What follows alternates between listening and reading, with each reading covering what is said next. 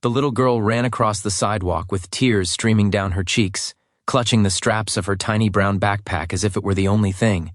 Holding her together, the bikers had just pulled into the lot, their engines rumbling like distant thunder, when she stopped in front of the biggest one.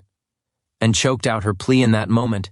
Her small voice trembled louder than the motorcycles behind her, trembling with a fear no child should ever carry. And when she said the words, "My stepfather wants to take me away," the world around them seemed to freeze, leaving only her shaking, shoulders in the hard, stunned silence of men who had seen a lot. But nothing quite like this if you believe in kindness, in second chances, and in stories that remind us the world still has protectors in unexpected places. Please like, comment, share, and subscribe to Broken Smiles. It truly helps keep these stories alive.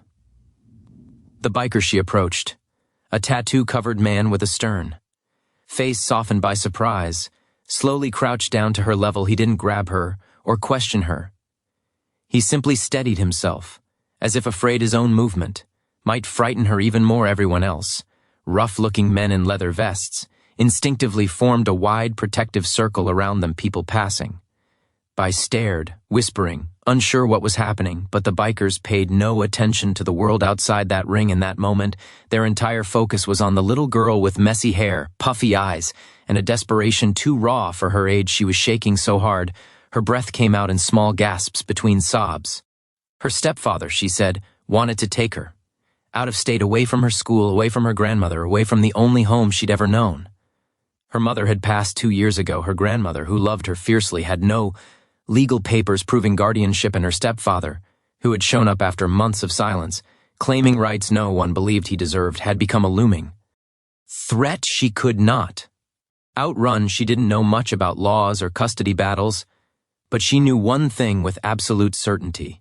She didn't feel safe with him, and with no one else around to help, she had run to the only group of adults she saw when she got off the bus. These intimidating-looking bikers she'd always noticed at the diner across from her school. She had no reason to trust them except her instincts, and sometimes instincts are wiser than logic. The leader listened, without interrupting, absorbing her words with a quiet intensity that surprised even his own men. He had spent most of his life being judged by the ink on his skin and the roar of his engine. Strangers didn't kneel in front of him. Strangers didn't turn to him for safety. Yet here was a trembling child who sought refuge in the most unlikely of places. Something in her cracked open a part of him he rarely let anyone see, the memory of another child he once lost, another life he once couldn't protect. The bikers exchanged glances, silent, decisive, unified. Their club wasn't what people assumed. While outsiders saw leather and intimidation, the truth was far quieter and far more profound. They had spent years dedicating themselves to protecting kids who had no one else. They worked with advocacy groups, social services, and law enforcement. Many were fathers themselves, or men trying to atone for their own mistakes by standing up for the vulnerable. And whether this girl knew it or not, she had walked into the hands of the exact people who could help. They didn't charge into a confrontation or make threats. They moved with careful purpose. First, they calmed her down, offering water, tissues, and gentle reassurance. Then the leader asked her to point out her grandmother's place, and they escorted her, walking beside her like a personal wall of safety at every step.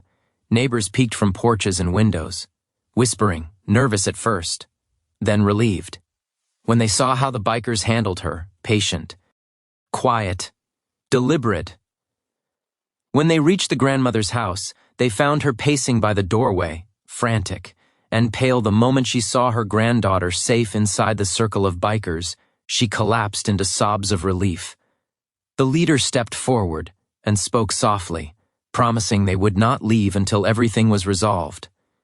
The grandmother confessed her fear, her helplessness, her lack of resources. She felt trapped, like the law wasn't made for people like her, people with little money, little power, and too much heartbreak. That night, the bikers stayed. They sat on the porch. They made phone calls. They contacted a lawyer who volunteered to help families like this. They explained the situation to a local officer. They often worked alongside the grandmother, overwhelmed, kept offering them tea as if trying to repay a debt too large to name, and the little girl finally fell asleep on the couch, exhausted from a day that had stretched her tiny heart to its breaking point. The next morning, when the stepfather returned, confident and ready to enforce his claim, he found more than just the grandmother waiting for him. He found the bikers, silent, firm, unflinching. They didn't touch him. They didn't threaten. They simply stood between him and the front door as the lawyer stepped out with documents, proving the grandmother had initiated emergency guardianship. The officer arrived minutes later, ensuring everything remained peaceful and legal. Outmaneuvered, and faced with people who actually knew the law, the stepfather had no choice but to leave his control slip through his fingers, not because of violence, but because a frightened little girl had found courage and found the right people to back her up. Weeks past, the bikers visited often, becoming unexpected family to the grandmother and child. They helped fix the fence, brought groceries, taught the girl how to ride her little pink bike without fear. She began smiling again, real smiles, the kind that stretch across the entire face. Her nightmares faded. Her confidence returned, and slowly she transformed. From a child running away from danger to a child running toward hope, the leader found himself healing too. Protecting her helped mend parts of him he had long thought were broken beyond repair.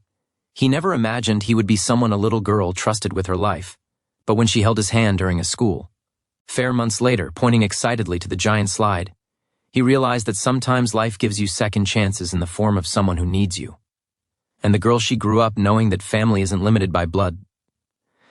Sometimes family arrives in leather jackets, with roaring engines and hearts far softer than the world expects. Sometimes protectors come in forms our fears never allow us to imagine. If this story touched your heart and reminded you of the quiet heroes who walk among us every day, please like, comment, share, and subscribe to Broken Smiles. Your support helps bring more true emotional stories to life. Before you go, please take a moment to comment. Kindness is stronger than fear.